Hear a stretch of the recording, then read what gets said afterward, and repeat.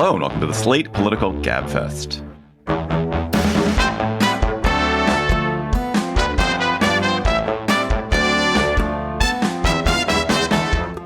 October 9th, 2025, the Portland is not actually burning edition. I'm David Plotz of CityCast, or CityCast. I don't know why I said CityCast. CityCast in Washington, D.C., from New York City, where he is the co-anchor of the CBS Evening News, and the anchor of CBS Evening News Plus is John Dickerson. Hello, John. Hello, David. I'm very low energy. That's not me. That's the cops' description of the protests in Portland. The protests in Portland, truly. Then, that's another phrase that Trump entered into the lexicon. He invented that phrase. I mean, low that was energy, like it's low energy, and it's now become a low energy jet, low energy Portland. Never low energy. She better not be low energy because she's going to do 95% of the talking on this episode. Is Emily Bazelon of the New York Times Magazine and Yale University Law School. Hello, Emily. Hello, David, and hey, John. Hi. This week on the Bazelon Gabfest, we are talking about an extremely consequential Supreme Court term beginning. We'll preview the cases. We're also going to talk about the threat Trump poses to American justice and an amazing piece Emily did about that. Then, can President Trump keep sending National Guard troops and potentially U.S. soldiers to American cities? And can anyone stop him? And then we'll talk about the first big Supreme Court case of the year, of the term, I should say. The Supreme Court is getting ready to strike down state bans on conversion therapy. Plus, we will have cocktail chatter. And we have, remember, some great big news, which is that we're doing our 20th anniversary tour. The Gabfest has been here for 20 years, like just amazing to have been doing this for that long. But we're going to celebrate with you. And we're coming to Chicago, New York, and Washington, D.C. Our Chicago show is the first one that we have scheduled and that we have tickets available for. That's going to be on October 29th. Slate.com/Gabfest Live Chicago. Slate.com/Gabfest Live Chicago. And those tickets are going fast. So get on it right now. And there are VIP packages available in Chicago, and they'll be available in the other cities, which have access to exclusive pre-show receptions with us. And as John said last week repeatedly, laminations. But I don't think there are actually God, laminations. I forgot the laminations. I carry the torch high. I haven't even gotten to T-shirts yet. Oh my God, we should have T-shirts. Yes, awesome. we have. Yes, anyway, whatever. The cauldron of creative ideas is gurgling. Also, if you are a Slate Plus member, you get discounts. But you need to join at slate.com/Gabfest Plus to be a member who can get a discount. But we want to see you at the tour, so get your Chicago tickets. Slate.com/Gabfest Live Chicago, and we'll have more information about New York and DC in coming weeks. Ooh, so excited for that. Me too. Yeah.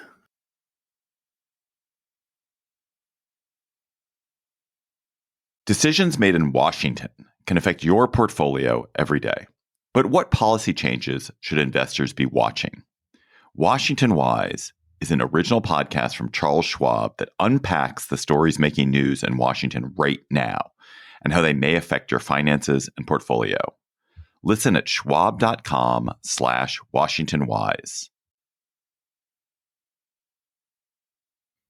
The Supreme Court term started this week, and it is shaping up to be a great term if you look forward to people carrying concealed weapons into the store you're in, or if you're looking forward to your state banning trans athletes, or you're looking forward to there being even fewer limits on campaign spending by parties.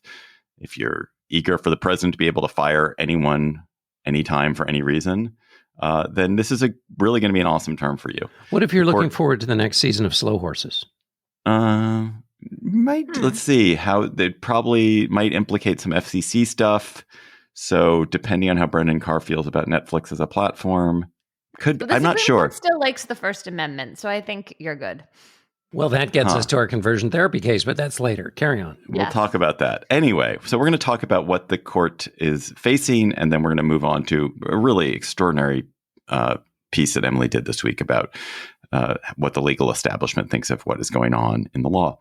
So, Emily, just start off. What are the really key Supreme Court cases this term? What's shaping up to be key? Trump's power, the scope of presidential power that President Trump is claiming is like the big theme of the term, because there are already these cases lined up addressing that. So can Trump fire the head of the Federal Trade Commission? If he can do that, then that will be the absolute end of this 90-year-old precedent that held otherwise. That's already on death's door. But there's that case. Then there's the question of his firing of Lisa Cook. Then there are the tariffs. Who's the Federal Reserve governor. So yes. Another person he would like to fire who you would think, based on the current reading of the law, could not fire. Precisely. Thank you. Then there's the question of the tariffs, which Trump ordered through his emergency powers, a very broad reading of that particular emergency statute. And that's just what we have so far. I mean, it's possible that the birthright citizenship order, which purported to end birthright citizenship going forward, that could also wind up on the docket. And, these questions about deploying troops to American cities are also percolating out there, among other things, immigration cases. So that broad theme of presidential power is going to be huge this term. And then there are also more typical kind of culture war cases. You're right, David. State bans on trans athletes, both in middle school and college. That's a pair of cases coming up. A case I'm watching really closely raises the specter of pretty much entirely gutting enforcement of the Voting Rights Act in a redistricting case out of Louisiana. And there's more. So it does look like a really momentous term that we're starting. All right. John, let's start with these presidential power questions. There are two kind of big categories of them. One is the can he fire people, and the other is can he deploy the law in certain ways that have never been deployed before. And I want to start with that. So the tariffs, around the tariffs, there's this big question about whether he can use this emergency declaration to nicely said, to impose a bunch of tariffs on countries. And if the Biden administration were trying to do this, it is very clear that there would be immediate discussion of what's been called, what the court is talking about, the major questions doctrine, which is that the president cannot, the bureaucrats cannot sort of make huge policy changes based on big questions of the law. I mischaracterized that. But do you think that this court is going to be more sympathetic to Trump and Trump's desire to exert his executive power and claim emergency powers on this major question, and they're not going to be as cynical about executive power as they might be were it a Democratic president? I'm going to leave that to Emily because she knows the court better, and she particularly on the major questions doctrine, as I understand it, in terms of the argument being made for why the president overstepped his bounds. I said IEPA because the law that the president used to impose these tariffs is the International Emergency Economic Powers Act, a 1977 law designed for sanctions, not tariffs. And the debate, and Emily will correct me here, is whether he's overread that law and is misinterpreting it and the powers that he thinks it gives him. In arguing that the president is overstepping his bounds, the major questions doctrine is used as a kind of like, hey, you said you believed in this thing. Well, if you really believe it and you want to be intellectually consistent, then there's no way you can support the president. I leave all of that either nicely cut up for Emily or she'll throw it aside and tell you what's really happening. But for me, what interests me is the argument that the White House is making, the president is making, is like, well, you can't undo all of this tariff regime because think of what it's going to cost us. We're going to have to pay back all of these poor Americans and companies who've paid the tariffs, and it's going to totally mess up our economy, which makes me wonder whether the court faces that old 1970s expression, your lack of planning is not my emergency. I mean, essentially, the White House is saying this is going to create an economic emergency if you reverse the president's tariff regime, to which it seems to me it's a perfectly reasoned argument to say it was obvious that this was a risky bet for the president to weigh an entire massive reorganization of the global economy on the thin language of the International Emergency Economic Powers Act. And if you created a huge mess by doing so, it's not our fault as the court that you did so. You have to be held accountable for your having made that incredibly big stretch. Nevertheless, it's definitely the argument that the White House is making, which is that if you take this power away from the president, it will cripple the economy.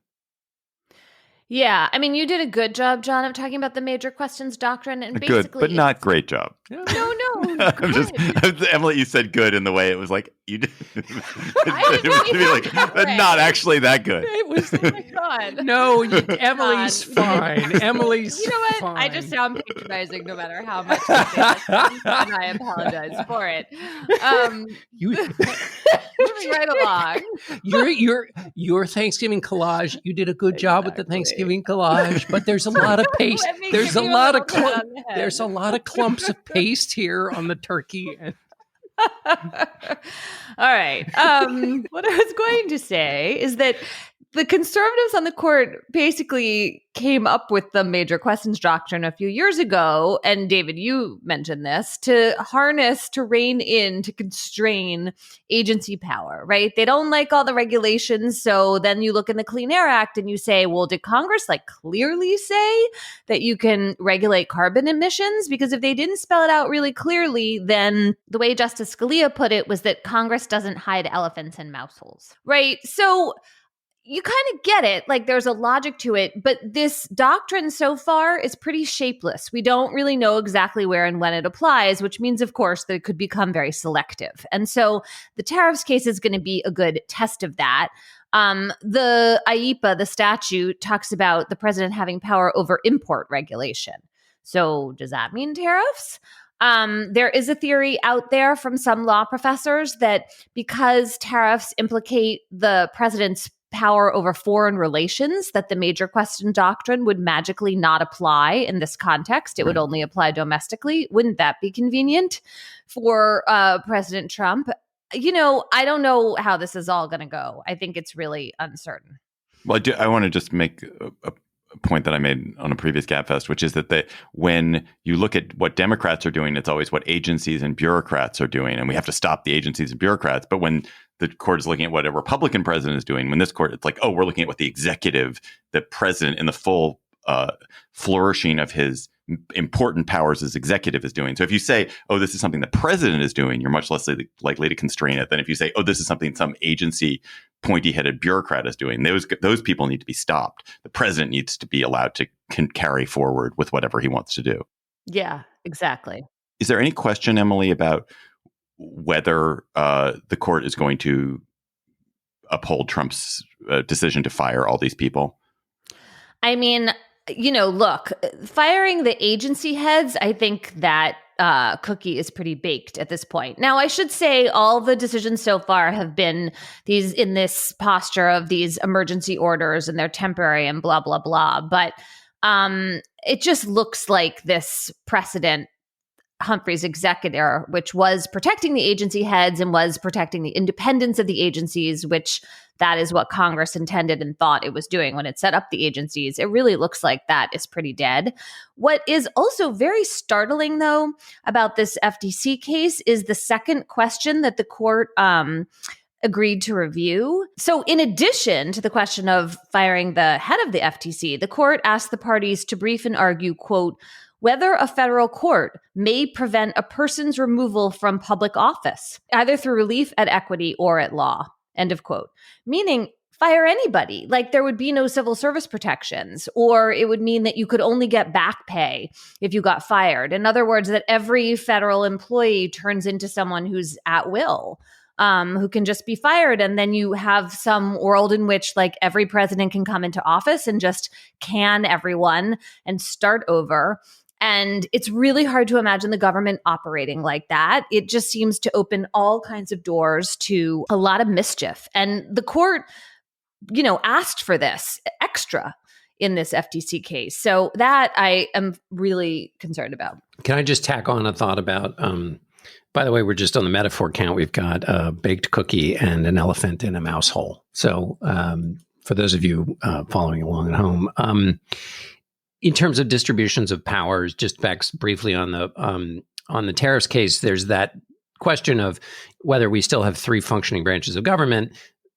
Since Congress is pretty much led by Republican leaders who believe in what the president believes in, wants to do what he wants to do, it means you basically have two branches. And in the question of tariffs, the tariff power is supposedly located in Congress because the ones who designed this system wanted the power to be as close to the regular people as possible when folks are being taxed. And secondarily, though, and this seems to me is important when we're divvying up presidential powers, the power to tax, the tariff power is located in Congress, not just because they are the closest to the people, but also because it was a check on presidential power. And so that seems to me to be a way in which, all of these cases are about whether a president has power. But in the part of tariffs, it's a question of whether a thing that was meant to constrain his power is being changed. So we've spent a bunch of time on tariffs and on this firing power. We're going to have all these cases as they unroll through the individually term. We will deal with them individually. But I'm glad you framed the main theme there, Emily. I want to, before we leave this topic, though, I want to really hit on this astonishing piece of work that you did. Last year, before President Trump was reelected, you did a wonderful survey of 50 former legal officials, both Republicans and Democrats, split 50-50, and you asked them what they expected from Trump on the law and what they feared and what they did not fear. And you did a really interesting survey, and it ran in the Times. And I guess it ran in November or October of October of 2024. You went back this year and talked to the same people, or 42 of the 50 you talked to, and then you got 8 new people, again split evenly between Democrats and Republicans, and asked them some of the same questions. Asked them how Trump's actual behavior and policies in office had compared to what they expected, and what they feared about what was happening now, what they thought was okay. And it was kind of jaw-dropping what you found. What did you find? I mean, they're just pretty much almost all of them freaking out. There's a lot of concern, and things for some of them are much worse than they expected in terms of the ways in which they predicted Trump would behave, the people who would surround him, the internal checks they thought existed, and then also the behavior of Congress and the Supreme Court, I think, has surprised some of them. And the other thing about returning to this group, which really struck me, was that it was harder to get people to talk on the record. And there was a lot of fear of retaliation, partly because some of these folks, these are people who had high-level jobs in the Justice Department and the White House counsel's office, for the most part. There were a few retired judges in there. And some of them work now at big law firms. Some of them don't, but they were worried about the professional consequences, and some of them were worried about personal consequences, either for them or their family members. And just that part of the reporting was a shift from last year in itself. And that changed my own level of alarm. So what particular things do they think are much worse than they expected? Well, I mean, they all agreed that Trump is using the Justice Department as a tool to punish his enemies and reward his allies. And I should say punish his perceived enemies, right? The people who he is angry with. And so that was really striking. Every single one. Like not just that you're not using the word all rhetorically. Every single person.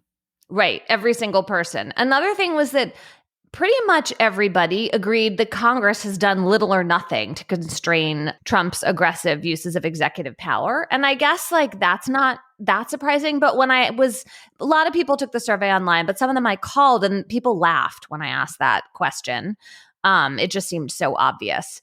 And then I think also these questions about the role of the courts were striking. But, one of the anecdotes in the piece that really stuck with me was that I was talking to people who'd served in the first Trump administration, and there's that incident at the end of the first Trump administration after the election where Trump is pushing for the Justice Department to investigate voter fraud, right? This is his method of using the federal government to try to overturn the election results that Joe Biden has just won. And it was the lawyers in the Justice Department who stopped him, right? There's this pretty famous at this point meeting in the Oval Office on January 3rd. There are a bunch of people there. Attorney General Bill Barr had already resigned, but the acting Attorney General and the people around him said to Trump, no, you can't do this. And because of the lawyers in the room that day, the Justice Department did not engage in this false, baseless investigation. And that was important for the peaceful transfer of power. Yes, January 6th also happened, but It was really important that the Justice Department didn't go off on this false mission. And so I was talking to people who'd served in the Trump administration. Do you think that that would happen again? Would the people surrounding Trump prevent him from doing something like this if it came to this? And they were just like, no, of course not. Like, that is not, he saw those lawyers that day as the problem. He has replaced them with different kinds of lawyers. And look, I mean, listening to Pam Bondi's testimony before Congress this week just seemed like it was a very vivid illustration of this dynamic. If I can just interject some reporting from the Wall Street Journal on Thursday, I hadn't seen this. I think they may be the only ones to have reported it, but it's reporting about the president's influence inside the Department of Justice. And the famous Truth Social post that the president posted urging Pam Bondi to go after his perceived enemies, including FBI Director James Comey, who now pled not guilty to 2 charges this week, in which Trump said, we can't delay any longer. It's killing our reputation and credibility. The Journal is reporting that Trump meant to send it as a private message. So there was always a question whether it was supposed to be private or public, but he meant to send it privately, which seems to me both to underline, of course, what Emily's saying and these lawyers are worried about, but then just slightly tangentially, if James Comey is saying that this is a vindictive prosecution, the fact that the president thought he was sending it privately seems to give pretty good evidence to Comey's defense. Anyway, that's probably the most striking kind of the mask has slipped moment in this political use of the Justice Department.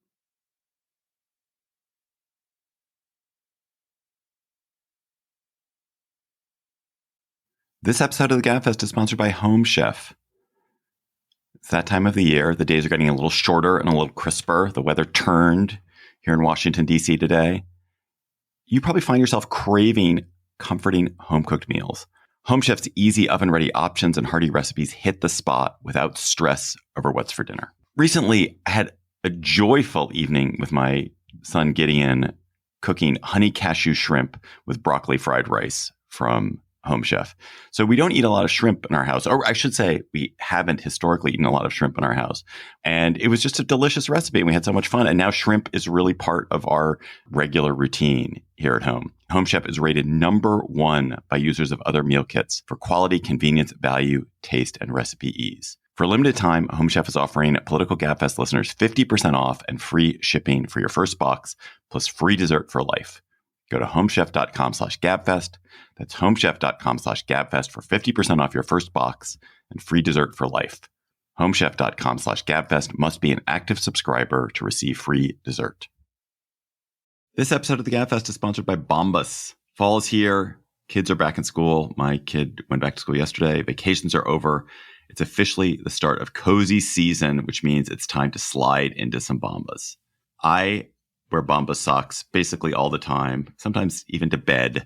I love that they have an L and an R on them, so I know which one is the left and the right. But mostly I love how incredibly soft and comfortable they are. So this fall season, treat yourself to Bombas soft materials, merino wool that keeps you warm when it's chilly but cool when it's hot, Supima cotton that's softer, stronger, and more breathable than regular cotton, and even rag wool, the thick, durable, classic cozy sock you'll want all fall. And Bombas doesn't stop at socks. They've got slippers that make it hard to leave the house. And the best part is that for every item you buy, Bombas donates one to someone experiencing homelessness. Head over to bombas.com/political and use code political for 20% off your first purchase. That's BOMBAS.com/political, code political at checkout. Bombas.com/political and use code political. This episode of the Gabfest is sponsored by Found. Do you ever feel like managing your business finances is a full-time job on top of your actual full-time job? You can change that today with Found. Found is a business banking platform that allows you to effortlessly track expenses, manage invoices, and prepare for taxes. One Found user said, Found is going to save me so much headache. It makes everything so much easier. Expenses, income, profits, taxes, invoices even. And Found has 30,000 five-star reviews just like this. Join the other small businesses that are loving Found. Don't put this one off. Join thousands of small business owners who've streamlined their finances with Found. Open a Found account for free at found.com. That's FOUND.com. Found is a financial technology company, not a bank. Banking services are provided by Piermont Bank, member FDIC.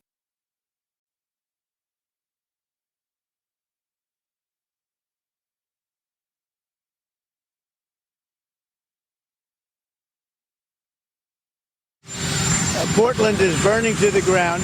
It's insurrectionists all over the place. It's Antifa.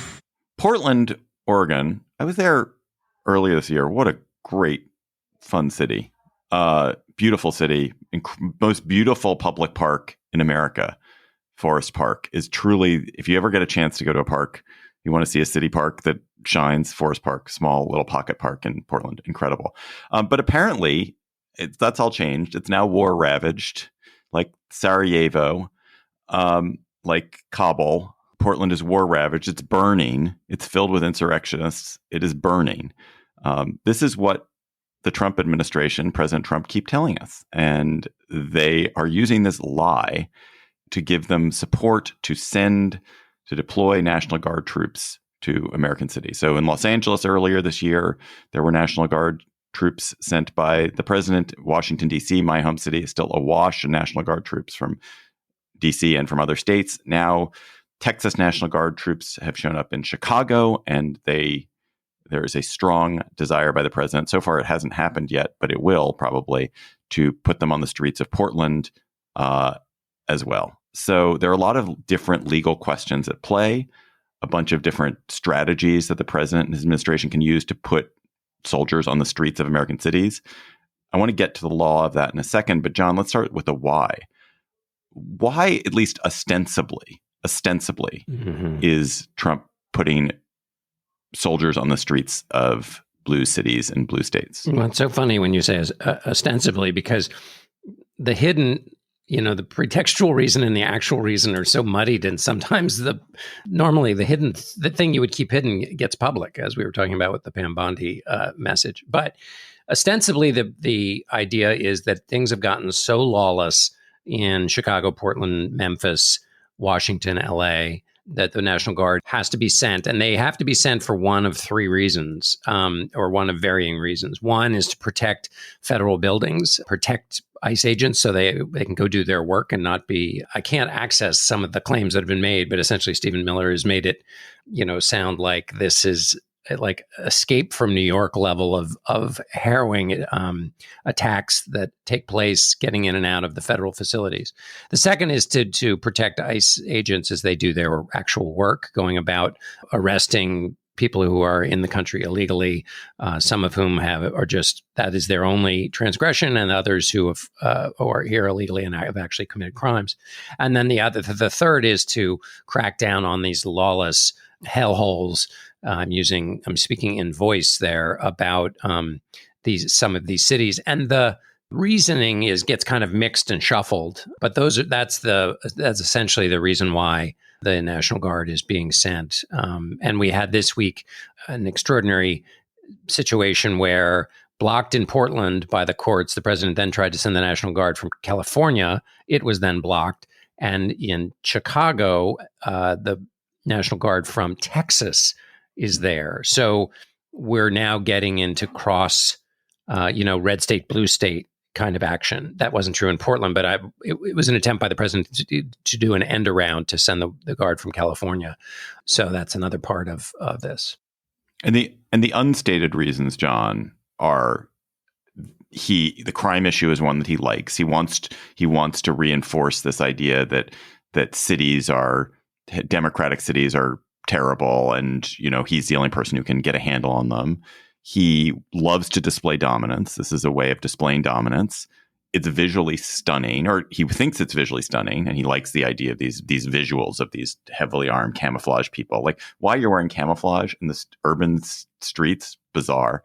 And he likes this practice of making everything an emergency is something that he's really relying on. This is another way for him to do this, because when everything is an emergency, the president's powers can be as expansive as he wants them to be. And I think finally he's also trying to provoke response from lefty protesters. Correct on all points. And then I would just add one other thing, which is that it turns out that a lot of these National Guard are basically it's an immigration enforcement by another name. So it helps go faster his effort to round up undocumented migrants in these cities. So it's actually useful towards another goal of his. But I think all of those things you've stated are pretty self-evidently true. One other thing is we should also note the context that on the number one issue that he was elected to manage or deal with, which is inflation in the economy, his numbers are extraordinarily bad. And in addition to rising prices as a result of tariffs, which have not risen as much as people would have expected, although some economists say that's coming, we now have a very soft labor market, which despite the lack of federal figures showing what's happening in the labor market, there's been a number of private reports from Bank of America, Goldman Sachs, Challenger Gray and Christmas that all show continued issues in the labor market that are worrying to economists. So we're not talking about any of that, though. We're talking about this drama where the president is center stage. Right. And then is Trump kind of numbing us, creating these precedents for some who knows what down the line use of federal troops in American cities and on American soil? We just were talking about the Supreme Court, and it's kind of going along with a lot of the Trump administration's agenda. And I just want to give a shout out to Judge Karen Immergut, who in Portland, really talked in a frank way about all the pretextual issues that both of you just cited in analyzing whether the president has the power to federalize the National Guard and send it into Portland under the statute that he cited, which is part of Title 10 of the federal code. And I think what's important about Judge Immergut's opinion, and by the way, she herself is a Trump appointee, she's taking the legal standard from the Ninth Circuit, the appeals court that has jurisdiction where she is, which is that the court is supposed to review the president's determination to bring in the troops to ensure that it reflects a colorable assessment of the facts and law within a range of honest judgment. And another part of this is conceived in good faith, right? And so the courts are looking at the very questions that you all are looking at. When Trump calls Portland war ravaged, et cetera, is this like reality based? And are there other things in the record in front of the court, in the legal filings that support this characterization? And it just seems like the answer to her is clearly no. She said this determination is untethered to the facts. And I found that to be such a relief to hear. And that seems to me, and you check me if I'm wrong, Emily, is this was true in the judge's ruling on the New York Times case when he threw that out, a Reagan judge or a Herbert Walker Bush judge, I can't remember which. HW. Okay. And then there was another recent case, which slips my mind for the moment, but in which the judges didn't say you're stretching your authority or whatever. They said basically you're making stuff up. You are, and that seems to me to be like a secondary level. It's not just that you're stretching things; it's that you're creating an alternate reality, which I think is an important distinction. And it's not obvious. Judges are supposed to defer to the president, according to some of these statutes. So it's not entirely obvious that they get to go in and poke around under the hood and actually assess the facts. And that's what the Supreme Court, I think, really almost entirely has been refusing to do.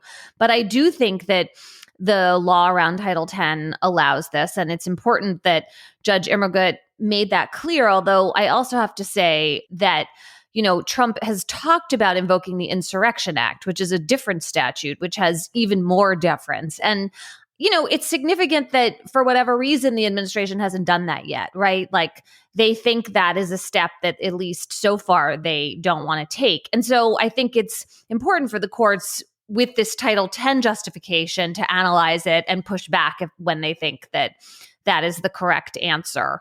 Not in a willfully overreacting way, but in a law-based way. However, the Insurrection Act is still, looming out there. So Emily, I want to dig into the Insurrection Act now because they keep saying they have not invoked it, but everyone keeps saying they really want to invoke it, and yet they don't. There is all this reporting that comes out of the administration saying they are eager to invoke it. It is a more expansive act. It seems, at least from the Jack Goldsmith article that we read, that Trump has pretty broad authority to do this, and it would be hard to stop him from not even putting National Guard troops, putting regular U.S. troops on the streets, right? Yeah, I mean, there's more deference the way the statute is written, less presumably role for the courts if they're following the letter of the statute. And you're right, it's about federal troops, not the National Guard. Now, that has been a reason in the past that presidents have been very reluctant to invoke it, because this has been a really important division, that we don't have the U.S. military walking around in the streets. This is not a direction that the country has needed or wanted to go in the past, right? I mean, that is a different kind of America, but maybe they are eager. I don't know. I mean, I do think it's meaningful that they haven't done it yet. Well, two things that strike me as interesting in this. One is that expression you used, Emily, within the permitted range of honest judgment, which, and now I'm going to roll in as the guy who's like played, hit golf balls at a driving range once, who thinks he can roll into the Masters. But I spent some time reading is it Sterling versus Constantine, Yes. which is a Supreme Court case in which that expression is used. And it was very helpful because it seems to suggest, I think in the case where it used that expression, it was talking about governors, but it's been used to talk about presidents. And it sort of nicely defined what we're talking about here, which is that a president has to, which would seem obvious to us, but this is now all being tested, that a president basically has to act within the permitted range of honest judgment. And what I love about that is that allows for, hey, there's an emergency, we got to go. And in the heat of the moment, you might make a mistake, but that's within the range of honest judgment. But if it's totally in bad faith, that is a nullifying act. And so, particularly with the disparity, when I joked about low energy, the Wall Street Journal did some great reporting about looking at all the police reports of protest action in Portland while the president was claiming it was a war zone. And one police officer said, there were like 8 people, they were milling around. I couldn't even get them to flip me the bird. So the disconnect there would seem to have some bite. And then the second thing I learned about when I was writing about this week is both in the Insurrection Act, one of the sections of the Insurrection Act essentially says that it can be used when, not just if there's violence, but when the judicial process, when basically the whole thing has collapsed, like the ability to, even if you were having a shambolic city, as long as it's operating, that would not trigger the federal response, that it needs to be complete collapse. And then finally, in Federalist 28, Hamilton says basically the federal power should be, or the national government power should be exercised commensurate with the level of the mischief, which I liked also. So like, okay, you can send 8 members of the National Guard C team to cordon off these guys milling around outside of ICE, but because that would be commensurate with the level of the mischief, but no more. With that in mind, do you guys think there's a point at which these deployments turn against Trump in a meaningful way? He keeps telling this lie about chaos in cities, and he kind of gets away with it with his supporters. And certainly if you look at conservative media, they show old footage, they show things that like indicate, oh, it is in fact terrifying to walk down the streets of Portland or to walk down the streets of Chicago. But, this is still antithetical to American tradition. This is not something that we're accustomed to. Only in the most extreme cases, only in like the case of serious urban upheaval and riots, have we seen troops on the streets. And also, I think if you look at like where I am in DC, this deployment, the National Guard deployment, I mean, I don't know how they think of it at the White House, but from Washington's perspective, from a Washingtonian's, it's like a total dud. Nothing has happened. They're just sitting around doing obviously stupid things. They stand on street corners, they paint fences, they lay mulch. It's an obviously dumb exercise of federal resources. And so I wonder if there is a point at which either people are revolted by it or they're like, this is so silly. Like nothing's happening. And it's costly for Trump, or no, because as always, he just needs to prove that he has the power, use the power. And then when there's some occasion he can use the power in some crazy excessive way, he now has license to do it. I mean, I just am not sure. I think it's unpopular. Like, it's not helping him, but whether it's hurting him enough is a different question. And then I think you're right to end where you did, because there's this unwritten chapter, which is like, what if he provokes the kind of confrontation that seems like one of the motivations, and the facts change on the ground and some city starts to burn, then the politics could change too.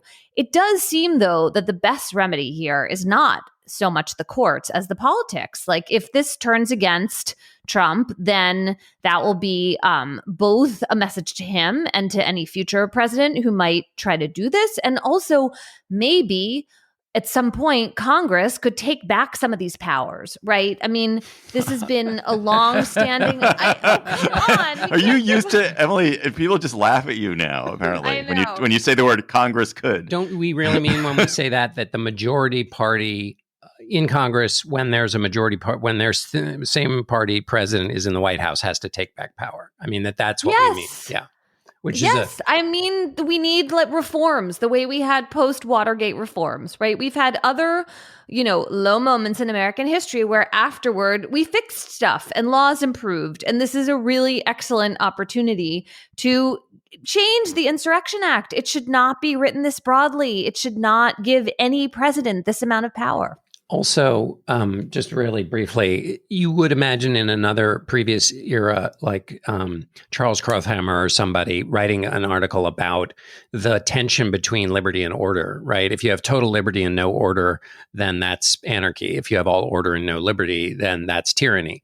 And that the Constitution locates the branch to maintain this balance in local government. Like, that was one of the brilliant parts of the system. So the federal government, when it comes in, is already it's already a tragedy of the Constitution that it has to do so. So if it is doing so, you have to leap over an enormous hurdle, which is to say the local government, because liberty is really important. And you must deal with some disorder in order not to trample liberty. Like this, I've basically been speaking in voice by an argument that it seems to me would have been kind of obvious when we all started in politics that isn't really being made, but that there is a danger here about a larger danger here towards liberty. Now, of course, one shouldn't take this argument all the way to its absurd conclusion, which is like, yeah, well, you can't exercise liberty if the streets are burning. Sure enough, but the streets aren't burning.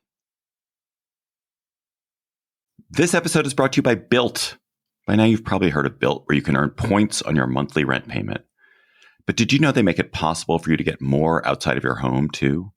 By paying rent through Built, you earn flexible points that can be redeemed toward hundreds of hotels and airlines, a future rent payment, your next Lyft ride, and more. But it doesn't stop there. Built is about making your entire neighborhood more rewarding.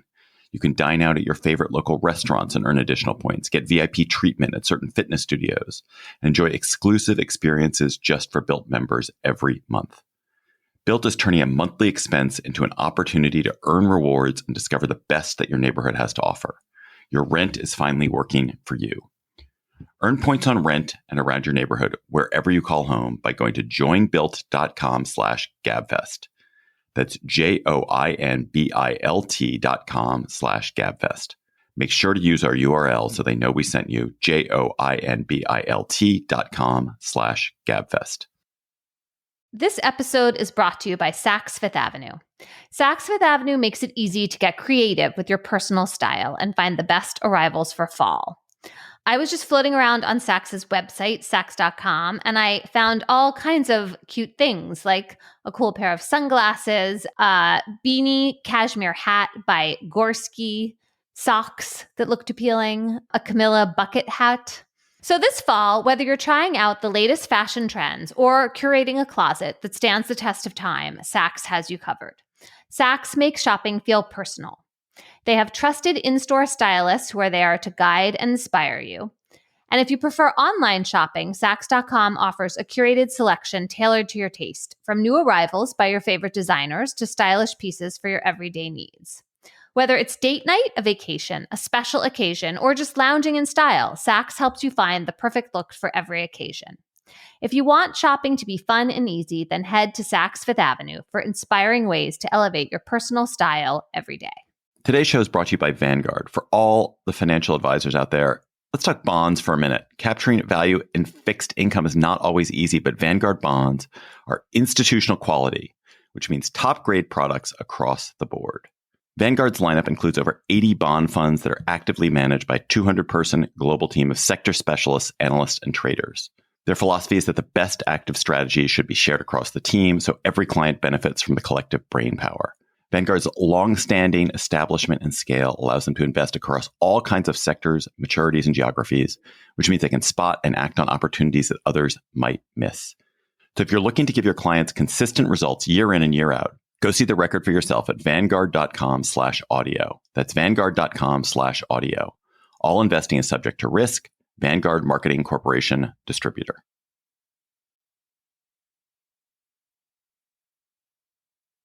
Oh, look, Emily Bazelon is still here. No, you guys are going to talk for this one. No. No, Emily, tell us about this Colorado conversion therapy case that the Supreme Court heard arguments in this week. Where did these laws banning conversion therapy come from? Why are they being challenged now? And they're gonna fall. Why are they gonna fall? So conversion therapy is the practice of trying to change through therapy somebody's sexual orientation or gender identity, right? Essentially like trying to make someone not be gay or trans anymore. There's a lot of evidence that this is not just a failed kind of therapy, but harmful to people psychologically. And so Colorado and a whole bunch of states banned it. The plaintiff in this case is Kaylee Childs, who's a licensed Christian counselor in Colorado. And she is arguing that this ban chills her speech. It's kind of vague whether she actually really wants to practice conversion therapy, I gotta say. And also, Colorado has actually never enforced this law. However, she says that some of the things she wants to talk about with her patients could run afoul of this law. I should also say this is a ban on this kind of therapy, conversion therapy for minors, for kids and teenagers, not for adults. So that's the challenge. She's arguing that this is a form of viewpoint discrimination that implicates her First Amendment rights to free speech. Colorado is saying, wait a second, this is medical treatment. You're a licensed counselor. We enacted this ban because of the evidence of harm, and we are arguing that this is the standard of care in the profession. And there is a difference between talking to express your views and talking as a form of medical treatment. What licensed therapists in Colorado do, according to Colorado, is a form of medical treatment. And so the state is arguing that it should be able to set rules for it that, yes, affect speech, but that are permitted by the First Amendment because of the kind of concerns about upholding the standard of care. Those are the two positions. And the conservatives in the Supreme Court seemed very sympathetic to Childs because why? Well, I mean, they're using the First Amendment and this idea of viewpoint discrimination as their rationale. And I mean, I think Justice Kagan also seemed sympathetic. I mean, at one point, she's one of the more liberal justices, obviously, and she said something about how, well, if a state could ban someone telling you not to be gay or trans, they could also presumably ban a therapist helping you to become that. And so that was her way of characterizing this as viewpoint discrimination. You can kind of see the set of concerns there. But I have to say, I wonder about this. Flashback to last term, the Scrimeti case was before the Supreme Court, and Tennessee was banning medications, puberty blockers, and hormone therapies for kids who want to transition. And the Supreme Court said, yes, Tennessee, you can ban that form of medical treatment. Now, when Justice Ketanji Brown Jackson said, well, what's the difference here? The lawyer for Kaylee Childs gave the obvious answer, which is like, well, drugs, meds are different from talk therapy. And yeah, they are different. I get it. But if you go back to this idea that these are both forms of treatments, it does, to me at least, seem quite inconsistent that Colorado is not allowed to have this ban, but Tennessee is. I don't know. What do you guys think about that? I guess I do think there is a distinction between obviously speech is profound and speech has profound impact on people. That's why we are so careful about how we regulate it. But it is not quite the same thing as a surgical intervention or a pharmaceutical intervention. And I do think that you could have a different standard. I think it's reasonable to say that we regulate professional conduct that has this real obvious physical impact on a body differently than we regulate the treatment that is speech. So yeah, I think that's a reasonable thing to say. I became perhaps unnecessarily or overly interested in maybe it's a semantic debate about whether the law in Colorado bans conversations where, let's say, a young person comes in and just wants to talk about being uncomfortable about their homosexual feelings, and whether a therapist can engage in conversation along these lines if the purpose of the conversation is not to convert the young person, or whether the law says, as Judge Alito seemed to believe, that the law bars any of that conversation at all from taking place, regardless of what the therapist's end goal is. And that the Solicitor General for Colorado was saying, no, it's only, you can have these conversations, but only if it's not a part of an end goal of converting the young person away from their feelings or beliefs or identity or however you want to characterize it. That seemed to me to kind of be important to figure that out. Maybe it won't be, but I wondered if that was just me being interested in a semantic debate or whether that's going to matter at all.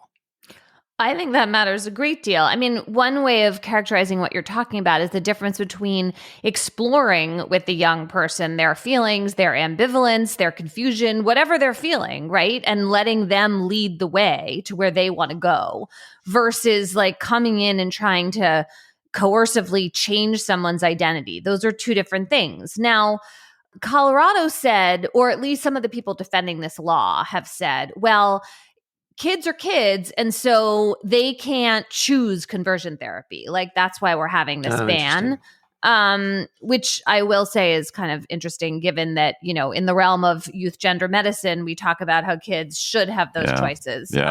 Just got to note that. But in any case, I think these question, John, that you're asking is actually like on the ground, the really crucial one. Because you wouldn't want a state to come in and stop anyone from exploring things they want to explore in therapy. Like, that just seems like, okay, that the standard of care in therapy is like you explore stuff, but that's different from someone coming in and trying to kind of change you and right size you, right? And I don't think we really know the answer to that because nobody tried to discipline this particular counselor. Like I said, Colorado's never enforced this law. And so maybe what the court should do is send this back to the lower court for more factual development, though I kind of doubt that that's what will happen. So, Emily, I have a question about sort of where the energy for this case comes from, which is that it feels to me like I was glad you mentioned at the top that this is about both sexuality and gender, that it's about like converting people from being homosexual or converting people from being trans. And feels to me that this was that insofar as this has to do with trying to stop people from being gay, there's not a lot of energy, but this the energy around the kind of trans hysteria that exists right now, and this kind of deep concern that there is an epidemic of children who are trans. You mean who shouldn't be trans. Anti-trans hysteria. Excuse me. Yes. Yeah. No, I just wanted to be clear. Is the impetus for this coming to light? That they're not really concerned about gay conversion therapy. That's not what they just want to make sure that they can influence trans children who are expressing their trans identity, and then they can try to stop them from that. I mean, Alliance Defending Freedom, which is the Christian conservative legal group that is challenging this ban, I'm sure they are happy to also, try to allow for more room for converting kids out of being gay because they're also, anti-homosexual as well as anti-trans. But I think you're right that the kind of cultural energy for this is much more to do with trans kids right now. The kind of questions about kids being gay, et cetera, feel like they've been pretty settled culturally. The bans, are talking about both kinds of behavior. And I think some of the motivation for passing the bans came from, the spectrum of the LGBTQ community, because people are still concerned about all of this. But I think you're right that these questions of gender identity are the ones that are more fraught right now. Two quick things. One, can you sue, even if let's say these bans are overturned, these laws are overturned, and conversion therapy is allowed. Could you still sue for malpractice? Could you still say that you gave me really terrible advice? This has really fucked me up. Could it still be malpractice even if it is now legal? That's number one. And number two, also for you, Emily, like I'm puzzled because aren't there state laws that compel doctors to speak about, like if you seek an abortion in certain states, aren't there laws which tell doctors you have to say these things to patients, whether or not you want to say them? You are required by the law. The state is compelling doctor speech, which seems to me to be like, wow, that's a pretty disturbing First Amendment issue there. That is like a serious two-parter you just handed me. I just want to say the first part, I think, yes, you can still sue for malpractice because you could say the conversion therapy violated the standards of care for medical treatment. And given all the evidence of its harmfulness, you should still win. And, arguably that's an adequate enough remedy. It's after the fact as opposed to trying to chill speech up front, et cetera. I certainly hope that it remains out there as a remedy for people who are harmed. The question of what doctors, of this idea of compelling speech from doctors. So yeah, David, there's this 1991 case called Russ versus Sullivan, which is about Congress saying that recipients of Title X money were not allowed to advocate for abortion as a method of family planning. But what was going on in Russ versus Sullivan was that Congress was predicating funding on this kind of compelled speech from doctors. And so that's different from a ban, right? It's like, what can Congress condition the money on is a different set of legal considerations than what can the government ban. Maybe that makes sense. Maybe it doesn't. I'm not a big fan of the outcome of Russ versus Sullivan, but that's the difference legally speaking.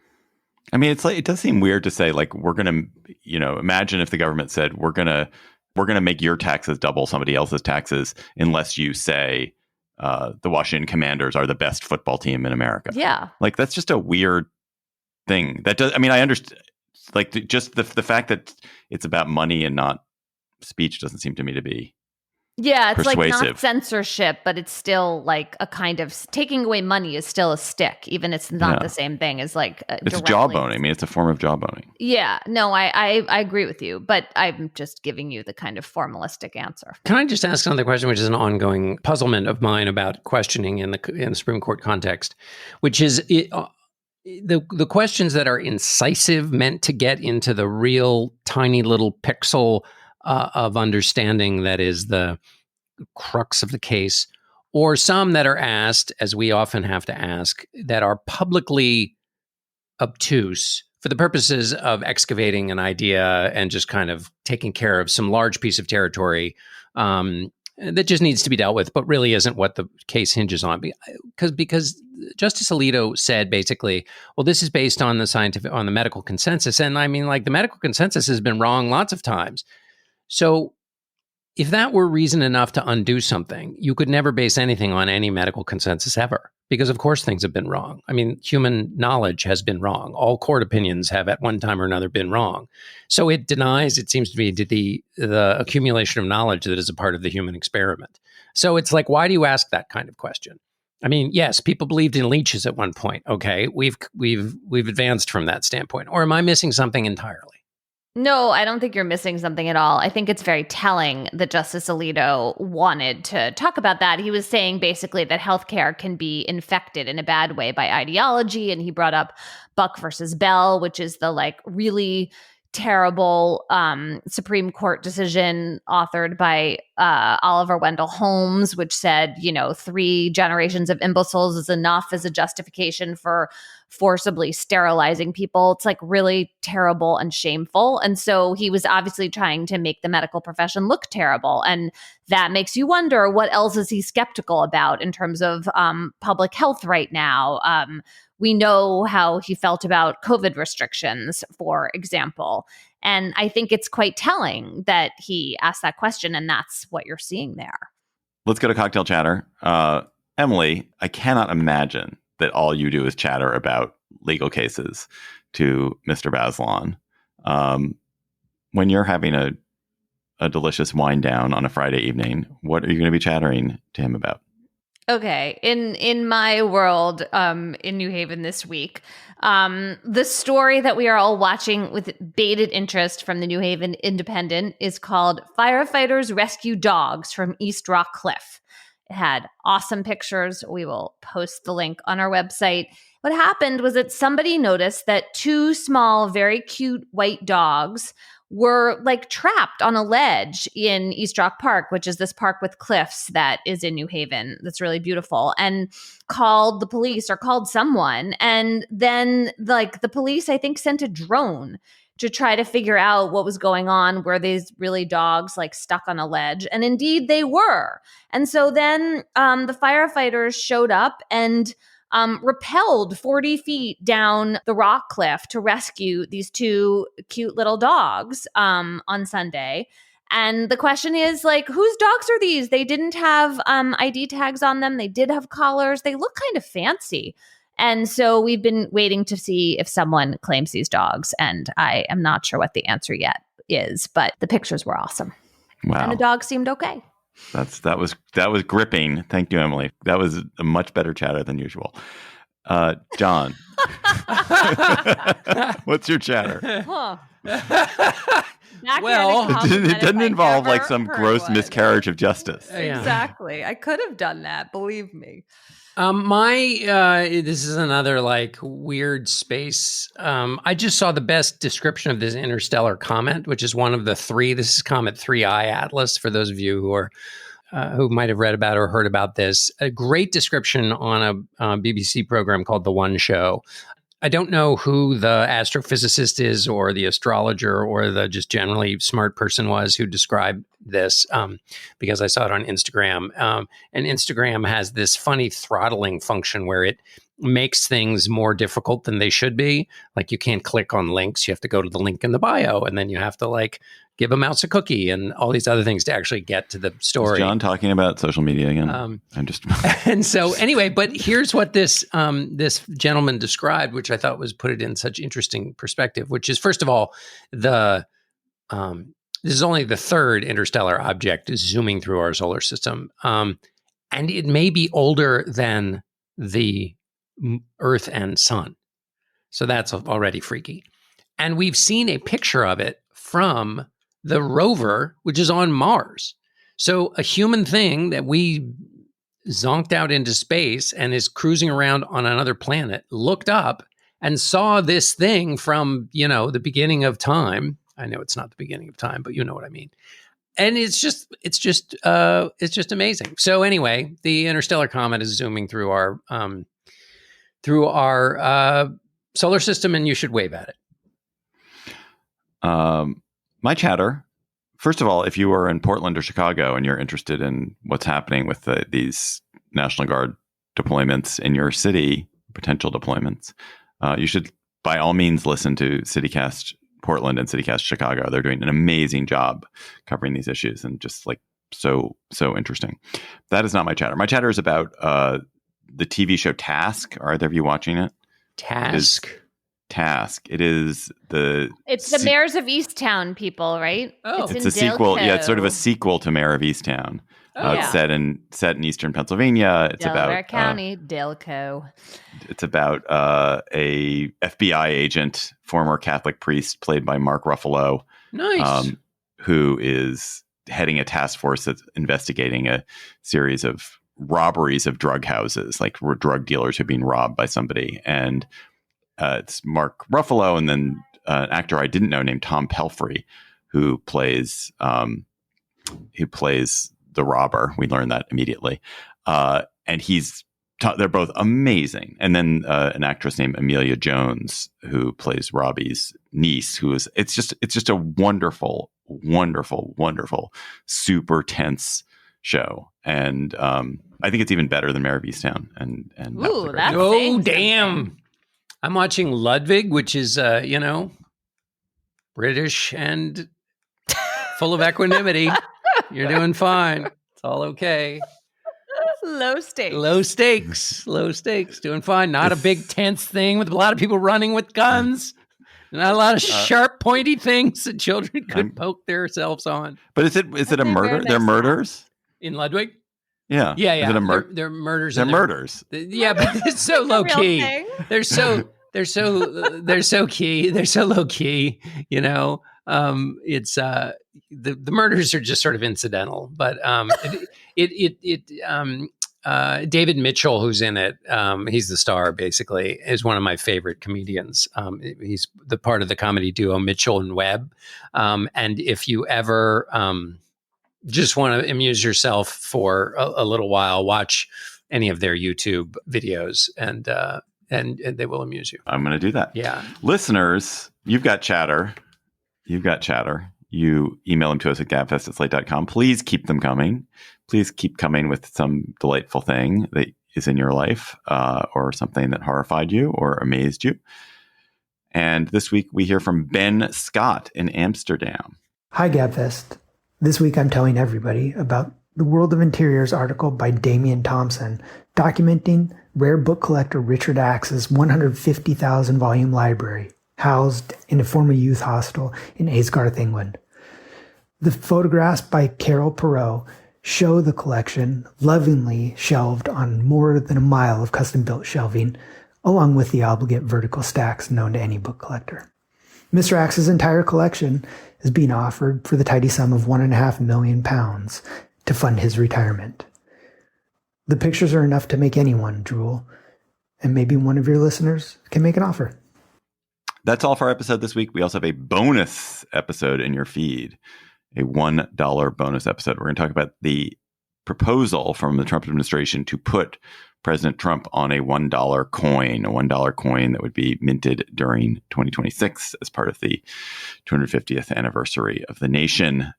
That is just, however, for Slate Plus members who also get discounts to live shows, like our live show coming up in Chicago, who also get to never hit the paywall on the Slate site. So if you are a Slate Plus member, great. Please enjoy that segment and please enjoy your discounts. If you're not a member, subscribe to Slate Plus directly from the Gabfest show page on Apple Podcasts and Spotify, or visit slate.com/GabfestPlus. That's our show for today. The Gabfest is produced by Nina Porzucki. Our researcher is Emily Ditto. Our theme music is by They Might Be Giants. Ben Richmond is Senior Director for Podcast Ops, and Mia Lobel is Executive Producer of Slate Podcasts, and Hillary Fry is the Editor-in-Chief of Slate. For Emily Bazelon and John Dickerson, I'm David Plotz. Thanks for listening. We'll talk to you next week. Get tickets to our live show in Chicago at slate.com/GabfestLive Chicago on October 29th.